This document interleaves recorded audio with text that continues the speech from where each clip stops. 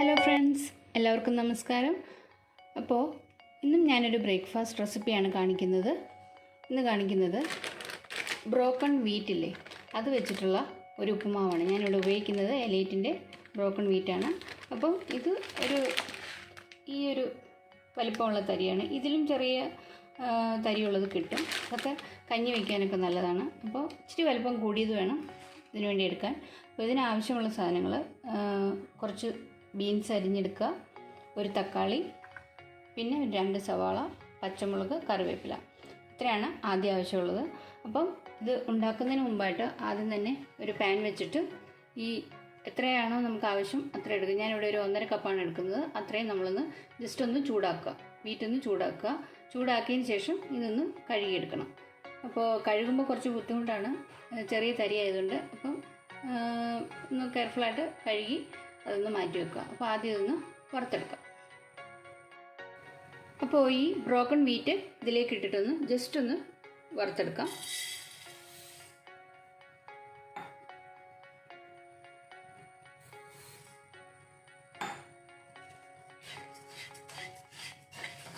ചെറുതായിട്ട് വറുത്തതിന് ശേഷം കഴുകി മാറ്റി വെക്കുക.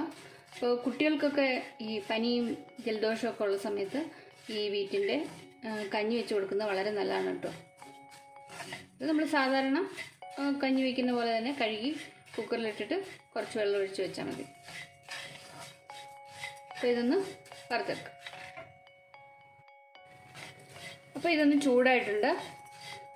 ഇനി കളറും മാറ്റമൊന്നും വരില്ല കേട്ടോ, ജസ്റ്റ് ഒന്ന് ചൂടാക്കിയാൽ മതി. ഒരു മണം വരും വറുക്കുമ്പോൾ ചെറുതായിട്ട്. അപ്പോൾ അതിന് ശേഷം ഇതിപ്പോൾ കഴിഞ്ഞു. ഇനി ഇതൊന്ന് കഴുകിയിട്ട് വരാം. ഇതിലേക്ക് വെളിച്ചെണ്ണ ഒഴിച്ച് കടുകിട്ട് കൊടുക്കാം. വെളിച്ചെണ്ണയോ നിങ്ങളിത് എണ്ണ ഉപയോഗിക്കുന്നത്.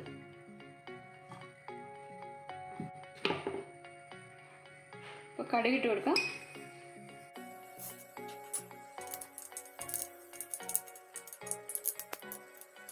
ഇനി ഇതിലേക്ക് അരിഞ്ഞു വെച്ച സവാളയും പച്ചമുളകും കറിവേപ്പിലയും കൂടി ചേർത്തിട്ട് ഒന്ന് വഴറ്റാം.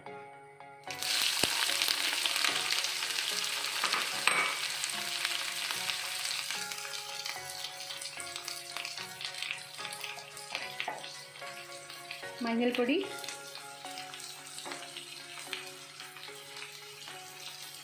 ഉപ്പ്,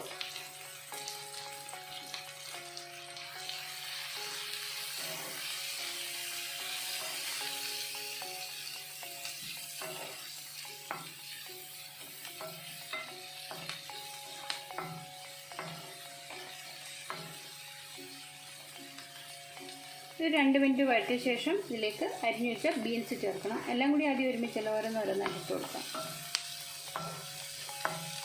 ഇതൊന്ന് ലോ ഫ്ലെയിം ആക്കിയിട്ട് വെയിറ്റ് ചെയ്യാം.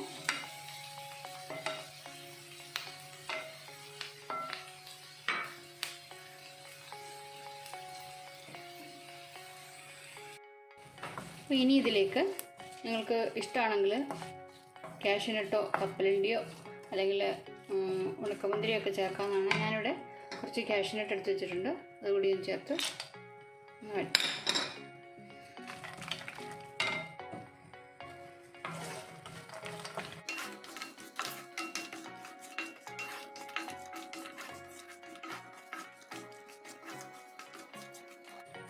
ഇനി ഇതിലേക്ക് ബീൻസ് ചേർക്കാം.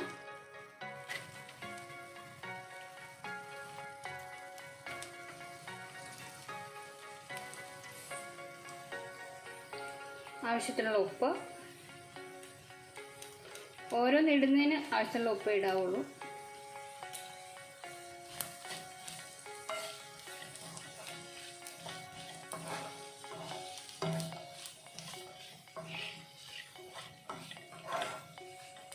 ബീൻസ് ഇതിനകത്ത് ഇട്ടതുകൊണ്ട് ഒരു മിനിറ്റ് ഇതൊന്ന് ലോ ഫ്ലെയിമിൽ നിന്ന് അടച്ചു വയ്ക്കും.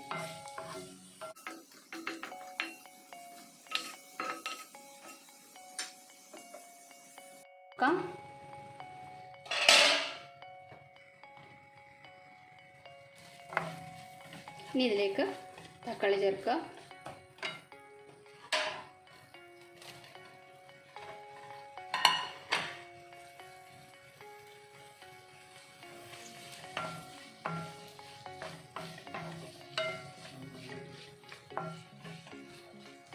ഒരു 2 മിനിറ്റ് ഒന്ന് വഴറ്റിയ ശേഷം കഴുകി വെച്ചിട്ടുള്ള നുറുക്ക് ഗോതമ്പ് ചേർത്ത് കൊടുക്കാം.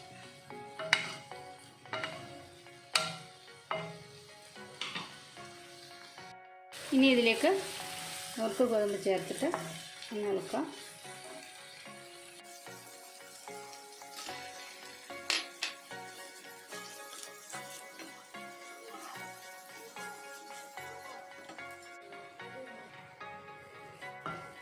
ഇനി ഇതിലേക്ക് ആവശ്യത്തിന് ഉപ്പ് ചേർക്കണം.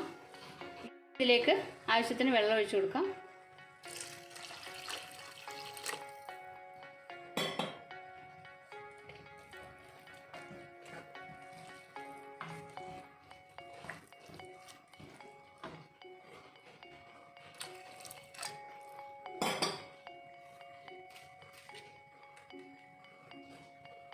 ഉപ്പ്,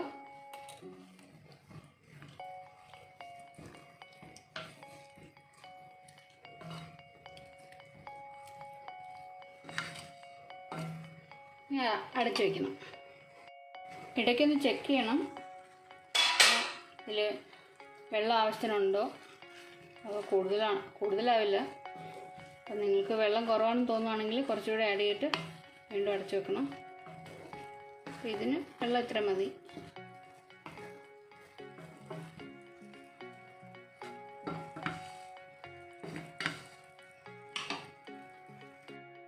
അപ്പോൾ ഇത് വെള്ളമെല്ലാം പോയി ഡ്രൈ ആയിട്ടുണ്ട്. അപ്പോൾ ഇത് റെഡിയായി. ഇതിലേക്ക് ചിലർക്ക് തേങ്ങ ഇടുന്ന ഇഷ്ടമല്ലെങ്കിൽ ഇങ്ങനെ തന്നെ കഴിക്കാം. നമ്മൾ തേങ്ങയൊക്കെ ഇട്ടിട്ടാണ് കഴിക്കുന്നത്.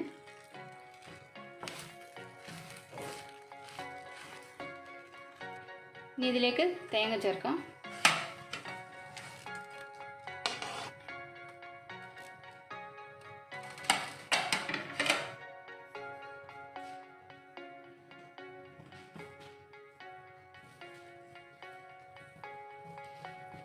തേങ്ങ ചേർത്തിട്ട് ഒരു മിനിറ്റ് ഒന്ന് ഇങ്ങനെ വെച്ചേക്കാം.